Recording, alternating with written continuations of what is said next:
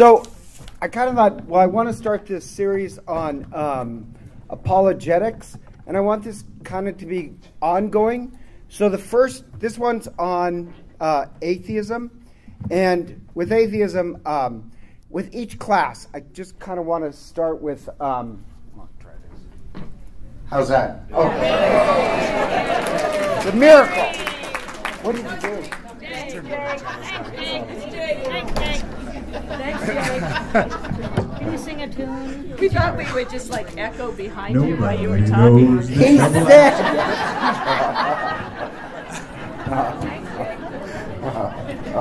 Thank you, Jake. So,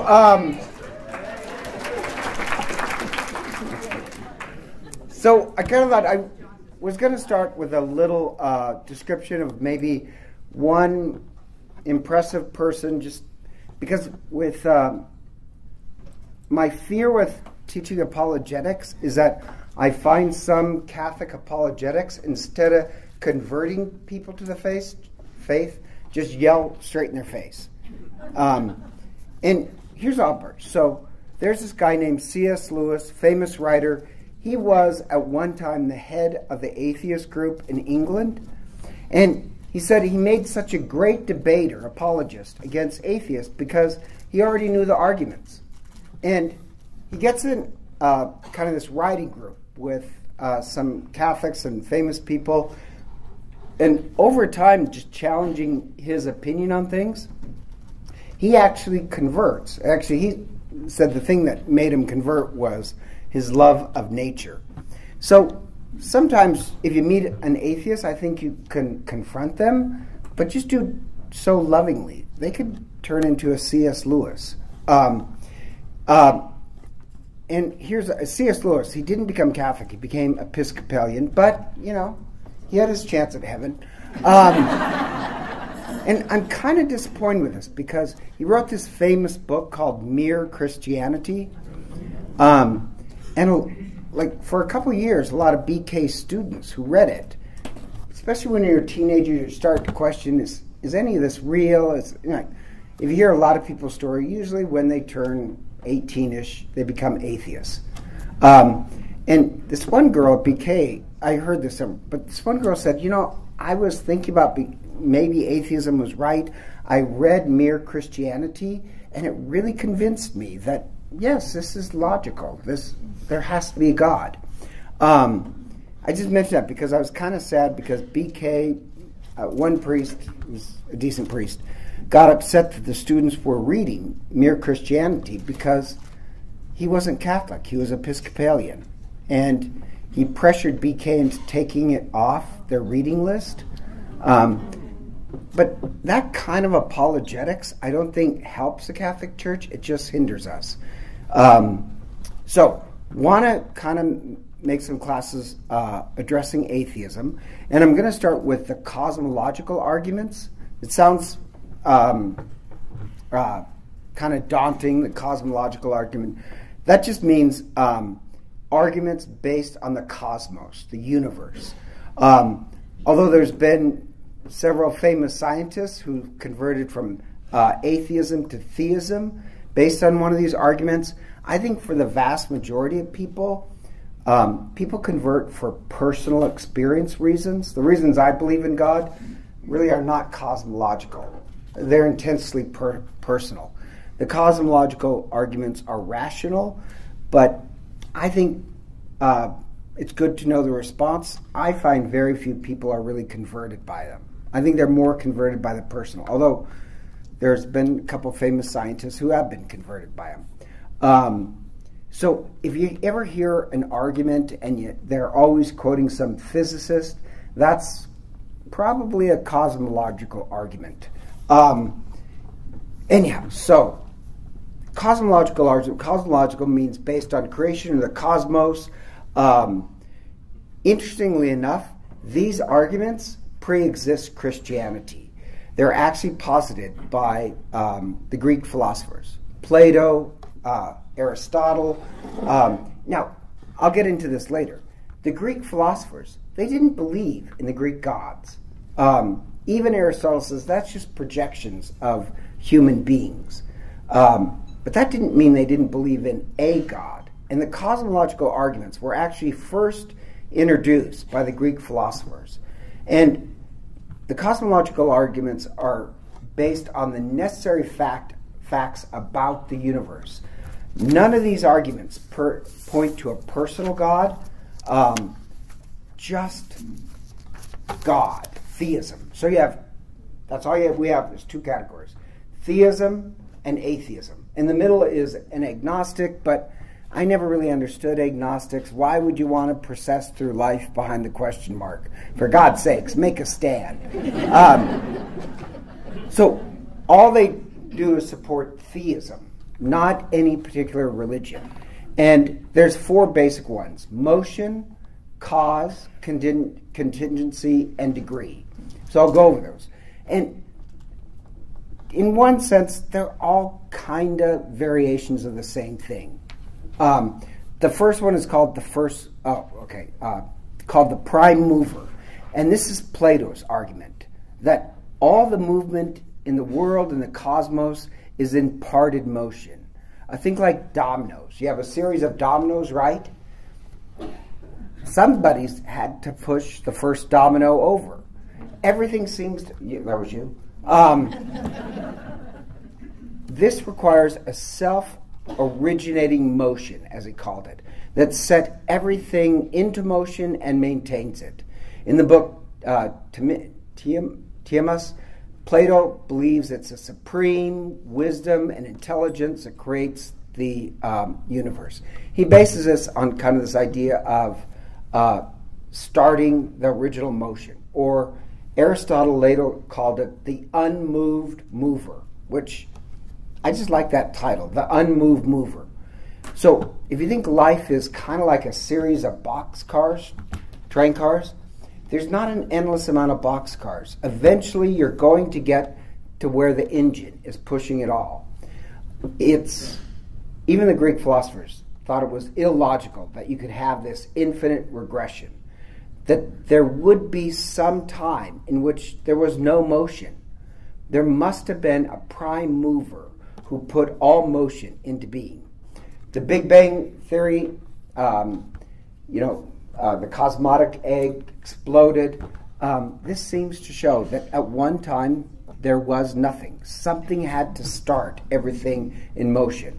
Now, the rebuttal you'll get with atheists about this is, well, there's a multiverse. And the multiverse, that's how you could get out of any beginning. But the problem with that is that the fiction of the multiverse has no scientific evidence. Now, personally, I like to believe in the multiverse because I think it's fun.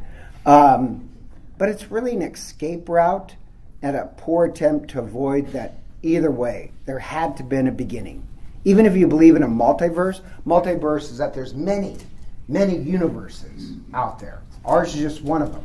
Well, string theory kind of led to this thought, but there's absolutely no hard evidence for it. I like it, but there's no hard evidence. And the big part, as one scientist said, well, even the multiverse would have had to start with an originating universe.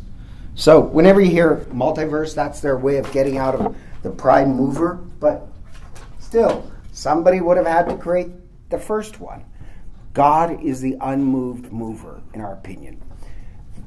Another variation of this is called the first cause, that nothing in the world just pops into being. Everything in the world has a cause. And even atheists would agree that everything has a cause. God is the first cause. Everything in life is cause and effect. And you can't have an infinity of causes. There has to be a first cause. God is the first cause. Now, I just want to give rebuttals. One famous atheist said, well, there doesn't have to be a first cause because, listen to this quote, given the law of gravity, life was inevitable. Really?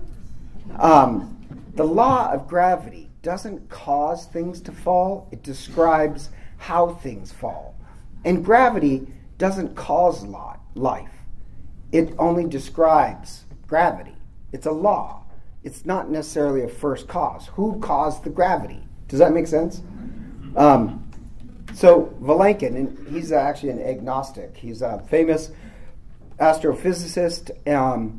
He joked at Stephen Hawking's birthday. Listen to this quote. He said, Vilenkin is a very famous astrophysicist. If time, space, and materiality had a beginning, then the first cause would have to be timeless, spaceless, and non-material. The only question is the first cause personal or impersonal? That's first cause. Does that make sense? Even Plato considered that the prime mover would have to have been beyond time, beyond space, and non-material. Physics just kind of backs it up. And one rebuttal of this would be some people, atheists, will say, well, given enough time, we'll discover what the first cause was.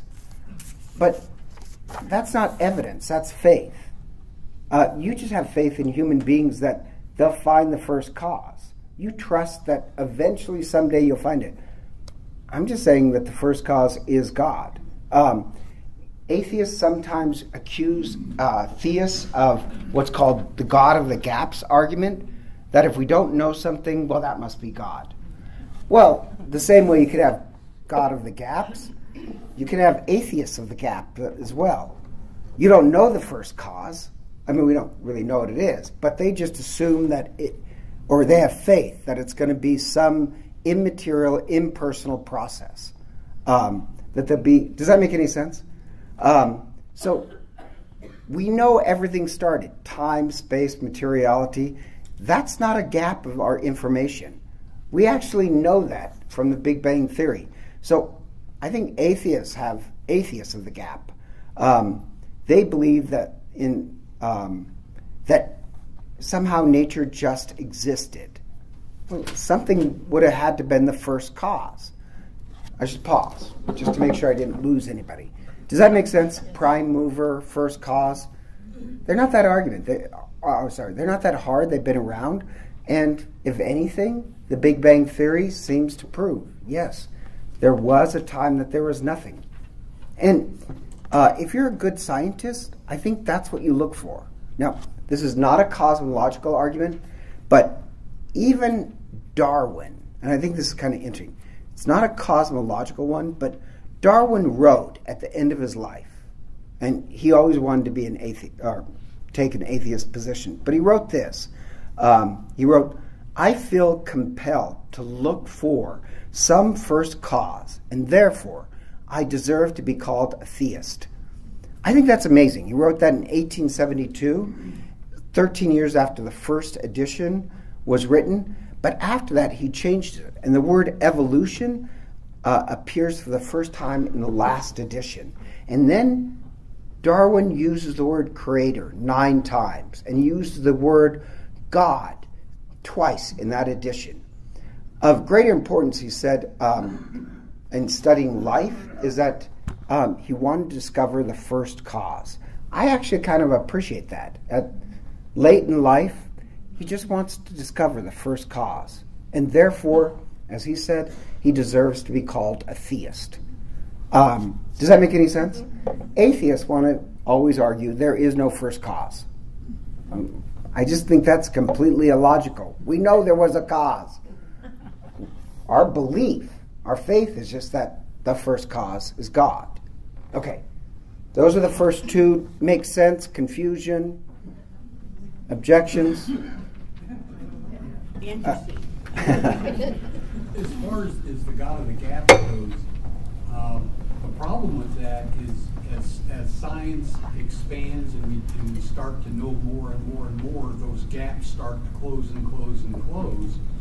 And pretty soon, if you take that God of the gaps to its logical conclusion, there's no reason for God anymore, because all of the gaps have been filled.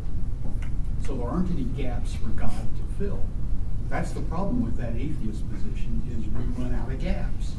Well, okay. I think that's what they think, that eventually all the gaps in our knowledge will be filled up. Except the problem is, if you've ever really spoken to any astrophysicists or biologists, or like this one guy who's a neurologist, the more we learn, the more gaps we gain. The more knowledge we get about the universe, the more awe and wonder and, well, how the heck is that happening? Does that, like, you get actually more awe. And so, like Aristotle, we would call God the first cause, the unmoved mover. So, yeah. Well, I was talking to an astrophysicist at a party one time, and he was telling me about all the dimensions the universe has. That's a multiverse. Huh? Yeah, the multiverse. No. In this universe, there's a lot of dimensions that they know exist in order to hold the things in place that we call, our standard universe. So we are in a four-dimensional universe. But there's evidence that there's many more dimensions within our universe in order for things to work right. There has to be dark matter, dark space, or whatever. Energy. I can't remember what he said. Dark energy. I read a little bit about it. So to me it makes sense that our universe is created out of everything as a void with only four dimensions, so that we have time within our three dimensions. So we have linear time. And outside of that, there is no time. Do you see what I mean? No. So I do know the theory of many dimensions, but the problem is with like what was his? He was a priest. Actually came up with the Big Bang Theory, although he called it the Cosmological egg of Lemaitre. I know who. Teilhard? No. It's Lemaitre, George Lemaitre. Like, if all the universe is expanding, I just think this is a great thought. If all the universe is expanding from this cosmotic egg, and all time, space, and materiality is within this universe, what is it expanding into? And you can't say nothing, because technically nothing only exists inside the bubble. It would be timelessness. There's no way we can figure out what timelessness is. I don't know what that is. But that's what they describe God as eternal. Yes, God is eternal. There's also, just real quick, there's a difference between eternal and everlasting. Just get a little theology there. Eternal means no time. Everlasting means an endless amount of time. God is eternal. God has no time. I have no idea what that means. I've only known time my entire life, and the older I get, the heavier I know it. But I can imagine everlasting, but I can't really wrap my mind around eternal. Does that make any sense? So. Well, not to me. But what I'm thinking of is that, okay, so we have a hole in our heart that only God will fill, right? Okay, but let's stick with the cosmological argument. Okay, well, listen, it's part of it. In order to make a place for human beings to thrive and become children of God, there was a hole in his heart for us in which he created the universe. Okay, not arguing with it, but that's not a cosmological argument. That's a personal argument. No, it's not. No, a cosmological argument has to deal with the cosmos, reality. You're talking about... Right, no, I'm talking about the cosmos is the hole in his heart. The whole thing is in his heart. I see what you mean. I don't know. Maybe. I don't know. That's not something we could really test with science. And we might be able to test it if we pray the rosary or something like that. Who knows? That's not a cosmological argument. A third cosmological argument is it's called the Kalam argument. It's either, some of these have similar, Kalam, existence, being, contingency argument. All those is another variation. And that goes by this standard: whatever began to exist has a cause. the universe began to exist. Therefore, the universe has a first cause. This is slightly different than the first cause argument. The Kalam argument basically is a statement that out of nothing comes nothing. So we'd say, well, if at one time there was nothing and something came to be, something had a cause all of this to be. The opposite of this argument is really, no offense, the Mormon theology. The Mormon theology would say, no, the universe has always existed. There's been no time that there was no time. Catholics would say the opposite. Would say no, and science backs this up. At one time, nothing existed. And if you didn't have God, then nothing can only give birth to nothing. Something had to cause everything to exist. So we'd say, no, there wouldn't have been an infinite of, you can't have an infinite nothing and then suddenly something. You can't traverse an infinite. So we'd say, like, does that make sense? The Mormon belief is that there was always the world. The world always existed. So, like, if you have like Mormon funerals, if you mention God is outside of time, they've come up afterwards and said, "What do you mean God is outside of time?" Because that's not their theology. Their theology is that God at one time was a man like me, and then figured out how the laws of the universe existed, and then became God. Well, that's actually just a grand wizard. Our idea is that God exists outside of time, and you can't traverse an infinite. And what I mean by that is this. If I said, Linda, let me get you a cup of coffee just after I count out the donuts, and there's an infinite amount of donuts, how soon are you going to get that coffee? Never. You can't traverse an infinite. So physicists knew that the universe could not always have existed, or would have gone out in what's called heat death. So the second part of the Kalam argument is this, that everything is contingent, that everything depends upon something else. And the older I get, the more contingent I get.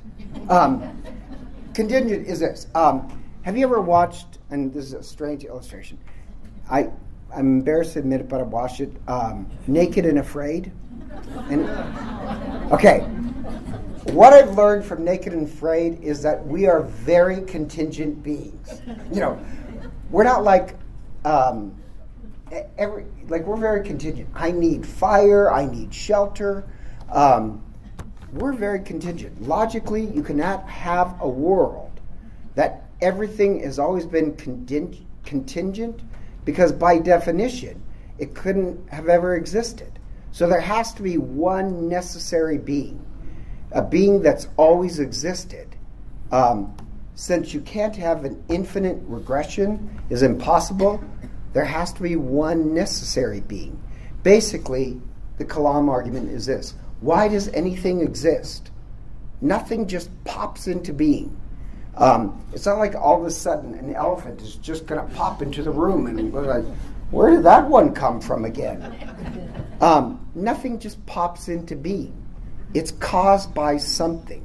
So since we're all contingent, one after another, like I needed parents, whatever started existence has to be a non-contingent being. Does that make sense? Has to be being itself. The atheist rebuttal to this would be, well, they would say that the universe just popped into being. As I said, it doesn't make sense. It's not like all of a sudden a hippopotamus is going to pop on that table. And since nobody believes that anything just pops into being, why would you assign that the universe just popped into being? If you have no example anywhere in creation of something just popping into being, why would you attribute that to the universe itself? And another rebuttal atheists will say is, well, like a quantum vacuum. In quantum mechanics, atoms can suddenly pop into existence. But that's actually not true. They just move from a lower energy field into a higher. It's not a creation of matter. It's actually just a rearrangement of it. So this famous physicist, David Albert, who's really not religious, when people say to the Kalam argument, well, quantum vacuum, atoms can just pop in, he says, no, that's not true. It's no more mysterious than a fist coming into being by closing my fingers. It's not a creation of matter, it's just a rearrangement of low energy matter. Does that make sense? So the Kalam argument really comes down to this. If we're all contingent, I only have a few years left, maybe, 25 years left. Everything in life is so contingent. And if the universe had a beginning, then the beginning would have to be a non-contingent being. Does that make sense? Haven't you ever been driving around and you kind of think, how did this happen? It just couldn't have popped into being. Essentially, that's the Kalam argument. It's a variation of the first cause, but it's about contingency. Does that make sense? Or How do you spell that word you're saying? Kalam. K-A-L-A-A-M. It's a Arabic word. It means existence, being. So that one's a little bit older. It's in the, I think 600s. But it's just, does that make sense? Like, it's a little bit different than first cause or motion. It's about being itself. What caused existence to exist? The easy way for me to understand it is that God exists outside the chain of causality, outside the chain of contingency, outside the chain of motion, outside the chain of degree. That God is just the absolute. If God was just one other being in a string of beings, then he would just be a better version of me, but he wouldn't be God. Yes. So you're right, that is exactly the cosmological argument. He mentioned one more I wasn't going to mention. The fourth cosmological argument is called the argument by degree.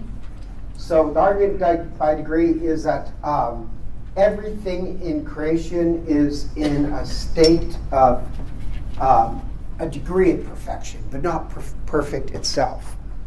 So the first cause, the unmoved causer, the cause of existence itself, would have to be a perfect state. That one really doesn't rock my boat, so I just ignore that one. Yes, way in the very back. I always find the cosmological argument to be very compelling. When you're talking to a theist, though, maybe I don't mean to digress from atheism, but how do you square a cosmological argument with the creatio ex nihilo perspective of the Genesis narrative? Okay, so actually I think it's, I think it squares perfectly with creation out of nothing. Catholics teach, and that's what the Latin he used, creation out of nothing. We would say, yeah, that fits perfectly because God is the first cause. God is existence itself. God is the first mover who caused everything to be. So God, because God is existence itself, could create out of nothing. The atheist position would be, no, nothing created everything. How could nothing create something? That's a Kalam argument. It's got to be existence created. So I think it fits perfectly. In a linear way, or in other words, if you think about the Big Bang, if the universe is digital, it's not analog, everything was built into that Big Bang, and God set that off, like a master software developer maybe. Then how do you talk about the precise narrative of Genesis where, it doesn't, the sun came along on the fourth day, then it's not a solar day that Genesis is talking about. Very good. Is it metaphoric? Is it talking about, distinct periods of time? St. Augustine said, all Genesis really says is it's not when it's God created on the first day. The first day doesn't happen until like the fourth day. So he says it's just a word that we have to use like an eon of time, an unmeasurable amount, that God created the world in what he called eons. The reason why it says day is we need some sort of measurement, but there's no measurement, no yardstick to use. So, and Augustine would say, we clearly don't mean 24 hours because 24 hours wasn't created until the fourth day. It just means God moved from created out of nothing and then moved from non-material, non-living matter to build living matter. So that's all Augustine. That's okay.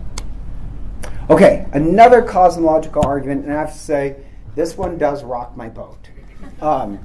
This one is called intelligent design, the teleological argument, anthropologic logos. But I'm just going to say either fine-tuning or intelligent. And intelligent design is this. So, little background. There's this guy named Roger Penrose, who was this famous British mathematician and close friend of Stephen Hawking. And he tried to calculate the probability of the initial entropy conditions for the Big Bang. And he wanted to basically calculate what is the probability of existence itself. Because everything just had to be completely right for existence to take place in the Big Bang. There's so many forces that have to be exactly right for there to be life. What is that probability? And according to Penrose, and I'm not good at math, but according to Penrose, the odds against the occurrence of life happening or existence happening is 10 to the power of 10 to the 123rd. So I just know it looks like this. 10 with a 10 here with 123rd. That's a, what's that? Odds against? One to all of that. But I mean, what is that number? The odds against it? The Penrose number. Yeah, but what is the definition of it? 1 to the 10 no, to the power of 10 to 123. No, but what is that? The odds against existence happening? That is the odds against it. No, but I mean, that's what that number is. Yes. Okay. Now, it's hard to calculate how huge that number means. In math, 123, that little 120 thing, means there's 123 zeros behind that. Now, by the way, that's a huge amount of number. Penrose answer is vastly more. It requires 1 followed by 10 to the 123 zeros. That number is so big, we don't really even have a name for it. So his point being is that the universe was either created by intention or is extremely improbable. The probability of life is so infinitesimally small. Just think of it this way. It would be like me picking the winning lottery ticket every day for 44 million times.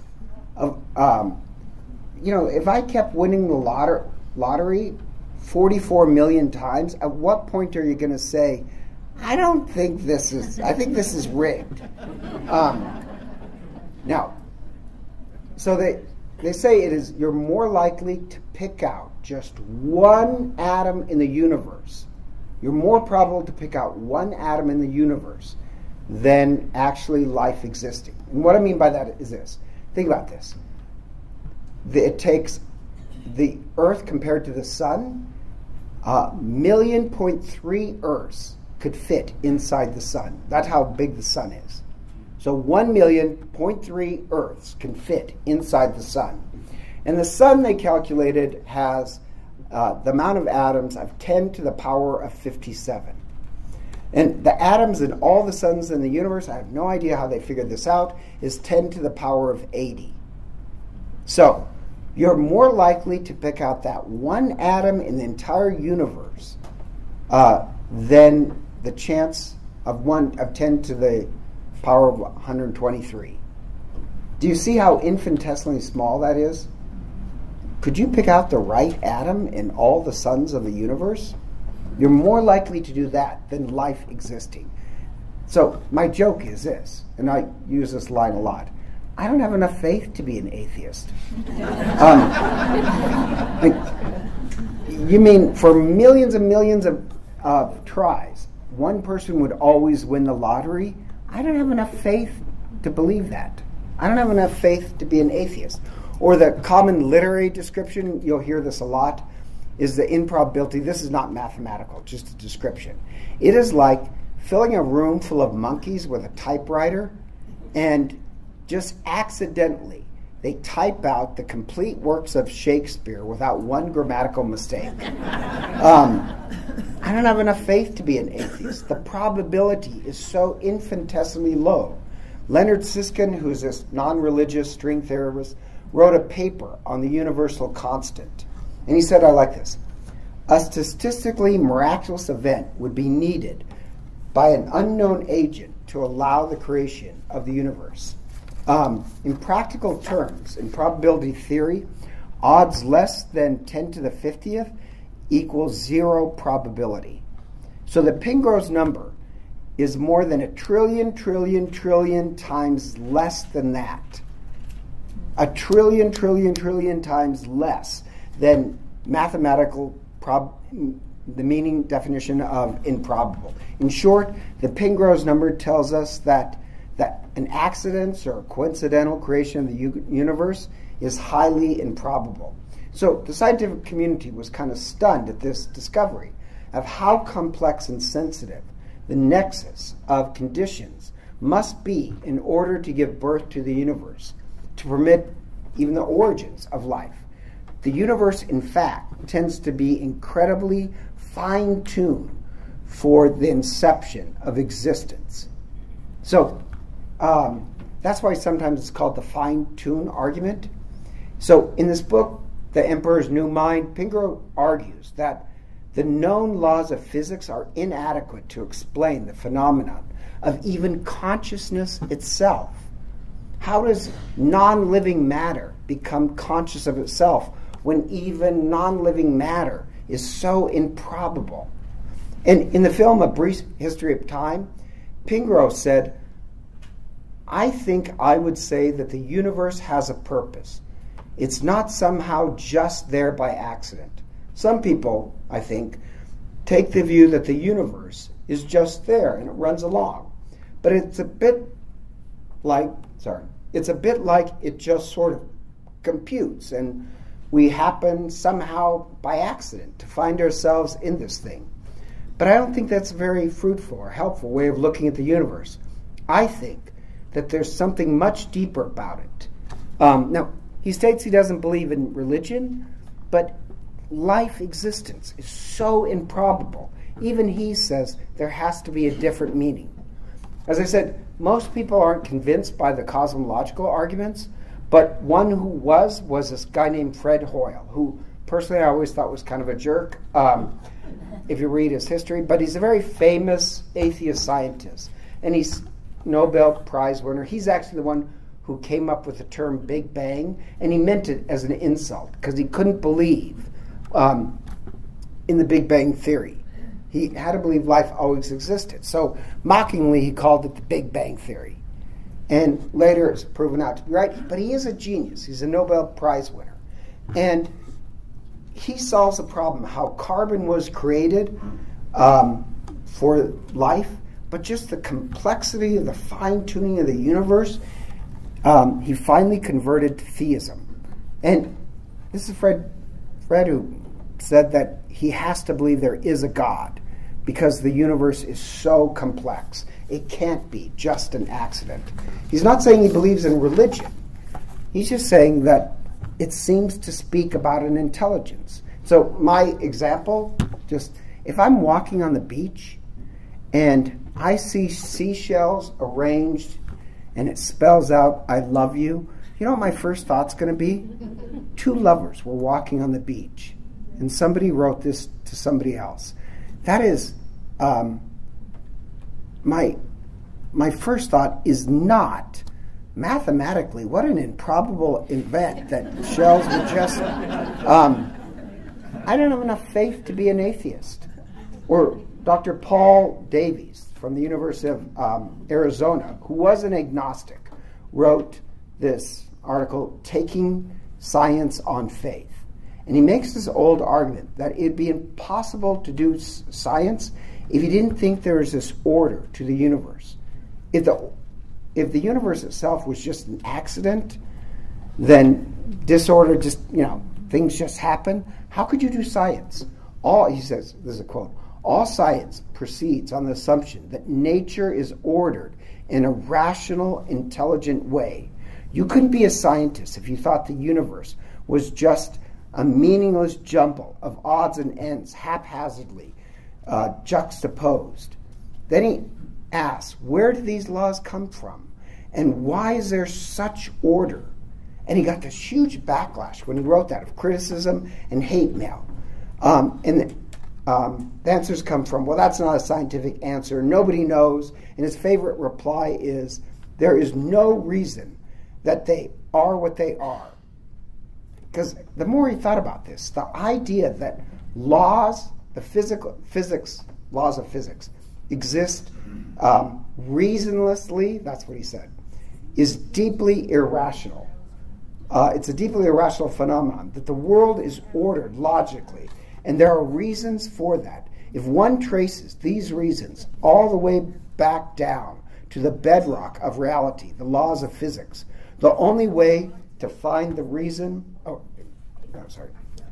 traces it back down to the bedrock of reality, the laws of physics, only to find the reason then deserts us, makes a mockery of science.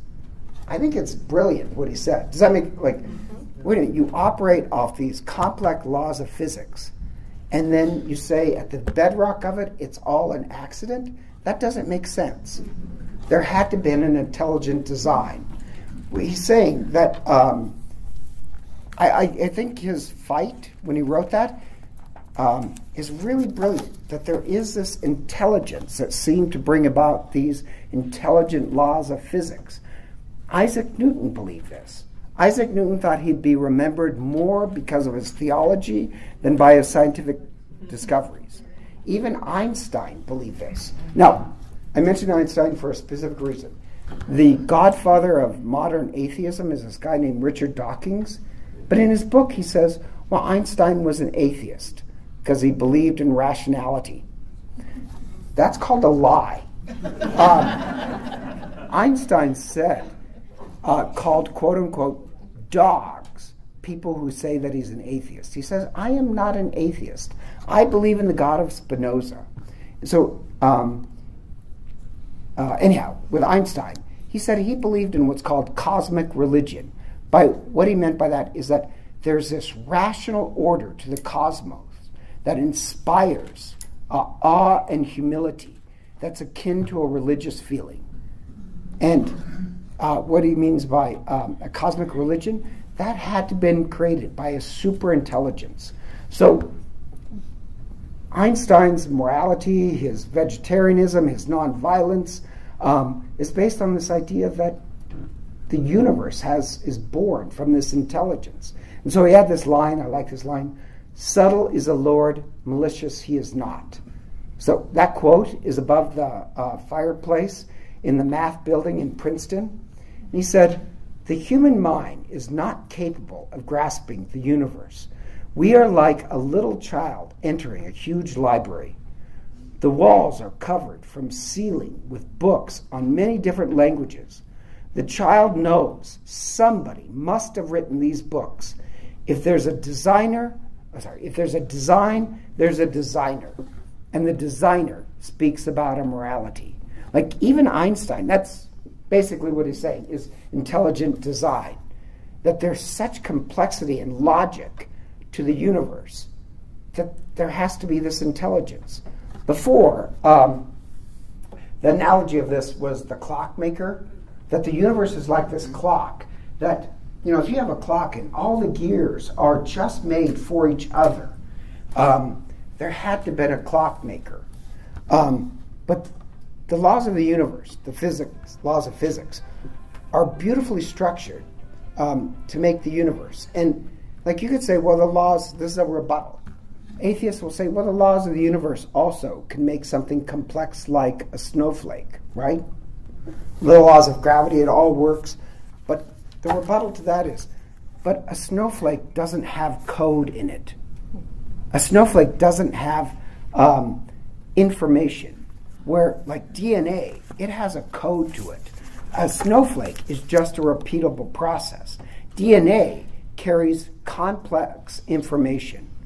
So this idea of intelligent design, it far precedes physics. This is actually going back to the Greek philosophers.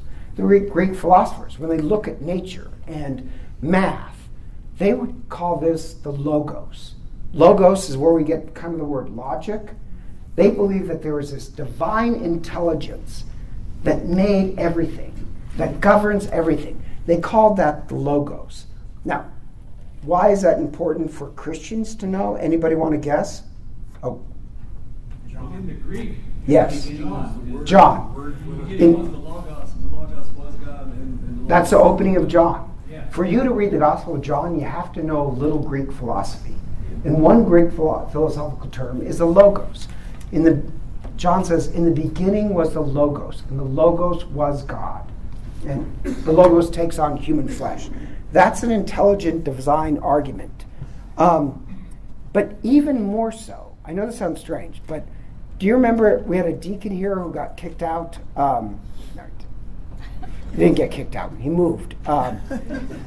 He moved to some foreign country called Tennessee. He was Robert Rust, and he gave a daily homily. And Robert Rust was a computer software engineer, had something to do with making microchips, and he gave this great homily once. I loved it, where just a computer chip uses so much math and complexity, but that is basic compared to what is in a cell. Like in just one human cell is more complex than that. And he said, I'm odd at a microchip. I'm more odd at just a cell. That there has to be this intelligent design behind it. One of my second favorites biologist writers is this guy who wrote Signature in the Cell. He said the cell used to be thought of as just bioplasma, but now we understand that there's microscopic complexity to the tiniest cell. Even within like a cell wall, there's these molecular tiny machines that are working within the cell wall. So he said it's best likened to a more complex computer code. And he says if there's code, there must be a programmer. Stuff just doesn't arrange in a profoundly intelligent way by itself. It bespeaks a superintelligent. So the example is like DNA. DNA code in one cell has more information in it, code, than 1,000 Britannica encyclopedias. There's so much information in one cell, it speaks about an intelligence. Or as Einstein said, a bookstore doesn't just accidentally form. An intelligence makes the bookstore. One cell has enough DNA that it's a bookstore. So in Signature of the Cell, Myers argues that if you found the Rosetta Stone, you guys know what the Rosetta Stone is, right? That decoded Egyptian language. So it was Egyptian and 4 other languages, so we could decode it.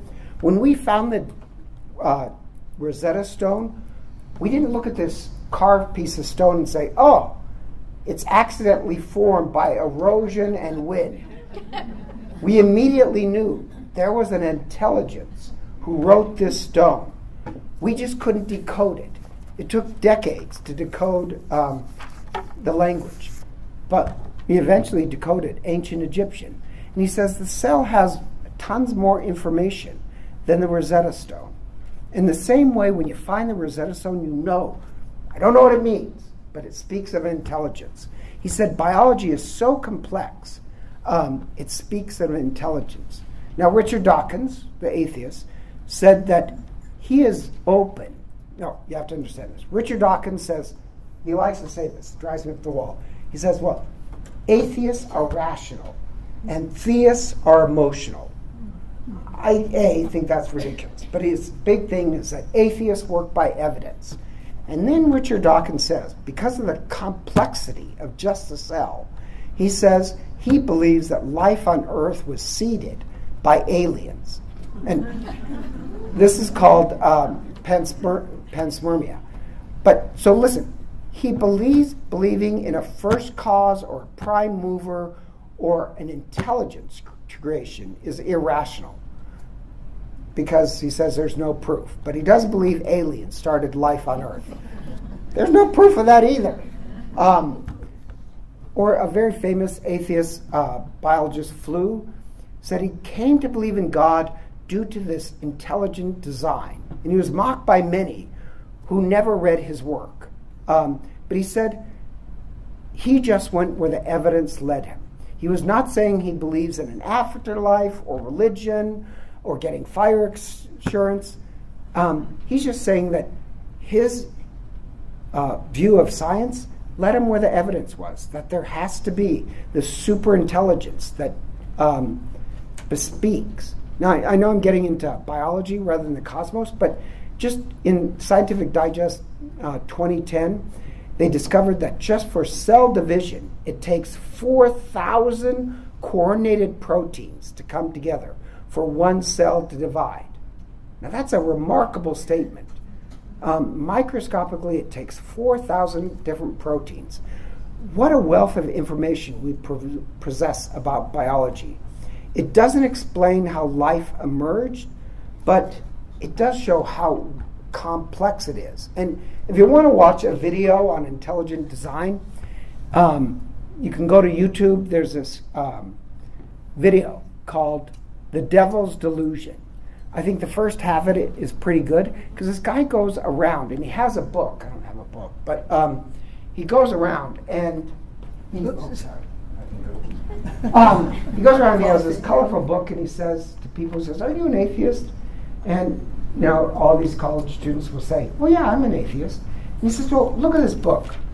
Do you think somebody created this book? Or do you think it was an accident? That all the ink just came together in the right way to form sentences, and all the paper came together, and all these pictures." And they said, "Well, no, that wouldn't be an accident." And I said, "Well, why would you think creation is?" And they said, "Well, it's just an accident." He does a good job of making these people almost kind of think. And sometimes they'll say, "Well, no, it couldn't have been an accident." So he says, "Well, then do you believe in theism?" And they'll say no. It gets into it. They say no because of personal reasons. You can guess what they are as college students. But it makes a good point that if you're really awed by physics or biology or the cosmos, you'd have to say this could not be an accident. That's an intelligent design. And if you apply Occam's razor, that once you eliminate the impossible, whatever remains, however improbable, is the truth. If you use that argument for fine-tuning or intelligence, what remains is true. If there's fine-tuning, there's got to be a fine-tuner.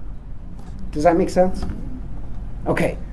That's my favorite argument on cosmological one, because it's just so awe-inspiring. The awe speaks about God. So another example, like one of my close friends, he's a biologist. Now, I should stick with physics, but one of my close friends is a biologist. And he was an atheist, I've told the story before, and he's looking through a microscope at a cell, and he said he was just awestruck at the complexity and beauty of a cell. And he suddenly realized in an instant there has to be a God. Like dead material, there's something unique about life. You can have a dead cell and you can have a living cell, and they have the same matter in it. But there's something unique about life, and that led him to a morality and da-da-da-da. But he said, and I find this strange, but my mind doesn't work like that. He said science led him to believe in God. That's more or less a cosmological argument because it's such complexity. And I'm going to speed through this because I'm running out of time. Another one is, this is not, a lot of people don't like this one. I like this one, entropy. Entropy, I know it sounds strange, but I like that for this reason. It's a lot like intelligent design, but entropy is the second law of thermodynamics that says matter and energy will always tend towards disorder. Think about your children's room. Or, billiards on a table. That, things just move to disorder. Does that make sense? Everything moves to disorder. So it's the second law of thermodynamics. It's about order. Maximum entropy would have been will happen when the universe dies out. Anyhow, so amazingly, our universe was at minimal entropy at the very beginning. So it begs this question. With the second law of thermodynamics, everything towards disorder, how did we get such an orderly universe?